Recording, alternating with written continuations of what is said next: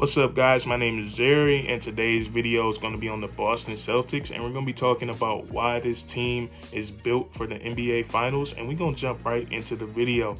Now, the Boston Celtics have been one of the best teams in the Eastern Conference since the month of January. Since the date of December 31st, they have a record of 23-8, and they just been playing some great all-around basketball on both ends of the court. And when I look at this Boston Celtics team, I see championship DNA written all over it. And I think it starts at the head of the team with Brad Stevens and Coach Udoka. I feel like these two guys have been doing a great job all season long. You look at the moves that Brad Stevens has made this year, bringing back Al Horford, a guy that's been really good for the Celtics this season. And then at the trade deadline, bringing in Derek White, a guy to help generate offense for that second unit, and then bringing back Daniel Tice, a guy that can stretch the floor, who's going to play hard for you on both ends of the court. Those are two really solid moves that I feel like Brad Stevens has made this season. And then Coach Udoka has been really impressive to me this season. I think he's shown the potential to be one of the best coaches in the NBA, because to me, at the beginning of the season, Udoka showed the ability to overcome adversity. We all know that the Boston Celtics, the start that they got off to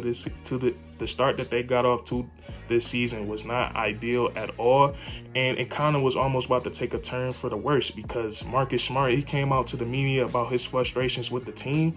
And once the media know that there's chemistry issues going on, we all know how the media gets down. They're going to act like vultures on it, and they're going to keep bringing it up to you. And I feel like that just makes it harder for players and coaches to resolve the issue.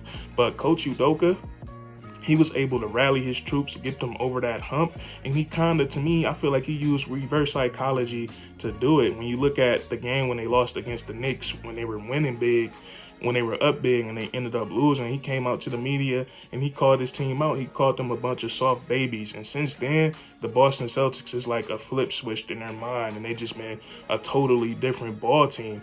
And so Coach Udoka, I feel like he's a championship coach. And then looking at the actual players on the roster, they have it all. They have the superstar and Jayson Tatum. Jayson Tatum, yes, I think he's arrived as a superstar. He deserves that title. He's one of the best players in all of the NBA, and he's been showcasing that over these last two or 3 weeks. And he's really been showcasing it over his last 4 games. Over Jayson Tatum's last 4 games, he's averaging 42 points, and he has a 50-piece in there as well. And it's really impressive the way he's doing it, because he's doing it within the offense. And when I say he's doing it within the offense, I mean that the Boston Celtics aren't calling ISO plays for Jayson Tatum and telling everybody else to get out the way.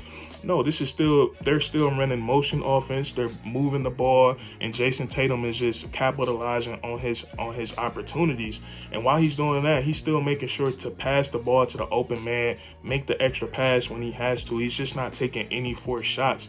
And to me, that was the only hiccup in Jayson Tatum's game, that sometimes he will fall in love with taking those difficult shots, taking those step backs or shooting over double teams. But that is something that he's just not doing anymore. And another thing that I've noticed about Jayson Tatum, his ball handle is getting really better. He's learning how to keep that ball real low to where nobody can get to it. And it's just really helping his shot creation. And something that I noticed with Jayson Tatum is he takes what he gets for the first 3 quarters, trying to keep his teammates involved. And then when that 4th quarter come around, he just pounces on the opposing team. You know, when the 4th quarter come around, it's Jayson Tatum's quarter, and he's just shown the ability to be a superstar. And he looks like a guy that can lead a team to a championship. So they got a superstar. And I also feel like the Boston Celtics have a championship level defense. And honestly, since the month of January, all season long, they've been great defensively. They rank second or third in the league in defensive rating. But since the month of January, they come in at first when it comes to defensive rating. And when you look at this team, their starting 5, Marcus Smart, Jaylen Brown, Jayson Tatum, Al Horford, and Robert Williams, all 5 of those guys are great individual defenders. So when you have 5 guys that are great individual defenders that play great team defense, they're automatically going to be the best defense in the league. And honestly, when it comes to like a defense being scary, I think the Boston Celtics team and the Miami Heat, these two teams have the scariest defenses in the league. And when you look at a guy like Marcus Smart, who will literally guard anybody he's asked to guard, and he will make them work for their buckets. And you look at the length of Jayson Tatum and Jaylen Brown, they're just gonna make it hard for those sharpshooters to get off their shots because of their long length. They're going to contest a bunch of jumpers. And then Al Horford, he's been one of the best defenders in the league for a long time. He's very smart. He knows how to put himself in the right place at the right time. And then you look at the Time Lord, my favorite player on the Boston Celtics. He's one of the best shot blockers in the league, and he intimidates a lot of guards coming into that paint trying to get a layup or a dunk. He's a very versatile defender as well, because he can move his feet and he can play great pick and roll defense. So this Boston Celtics defense it has NBA Finals written all over it. And then also the Boston Celtics, they have that leader in the locker room. They have that glue guy, and I feel like that guy is Marcus Smart. And Marcus Smart can be a bit too emotional sometimes. We saw it at the beginning of the season when he did bring his frustrations out to the media. I feel like he should have handled that a different way, but he is the leader of this team, and he's that glue guy. And when I say he's that glue guy, I mean, he's the guy on the team, he's like PJ Tucker, he's like Draymond Green, Dennis Rodman. He's one of those guys. He's the guy that's gonna dive for every single loose ball. He's gonna take charges, and he's gonna guard one of the best players every night. And then also Marcus Smart he's gotten really better on the offensive side.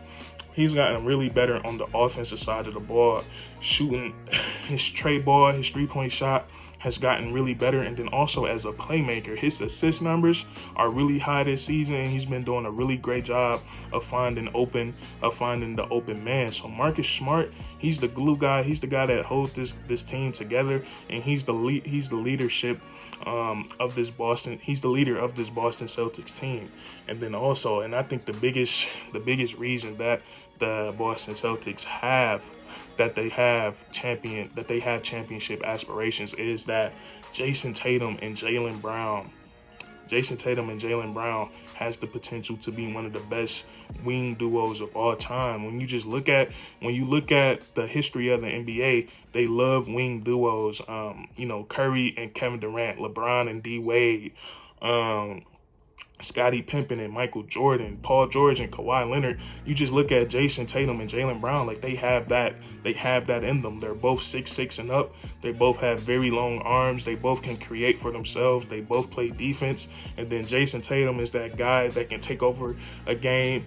Jaylen Brown has shown that he has the ability to take over a game. And also, these guys have experience. They have playoff experience as puppies, as little guys in the league. They've been to an Eastern Conference Finals against LeBron James, so the experience is there.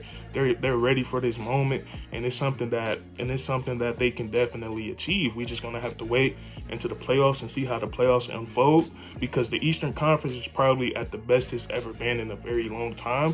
But we're gonna see what happened with the Boston Celtics. If you enjoyed this video, leave a like, comment down below if you think they are built for the NBA Finals, because I do. And then subscribe for more weekly content.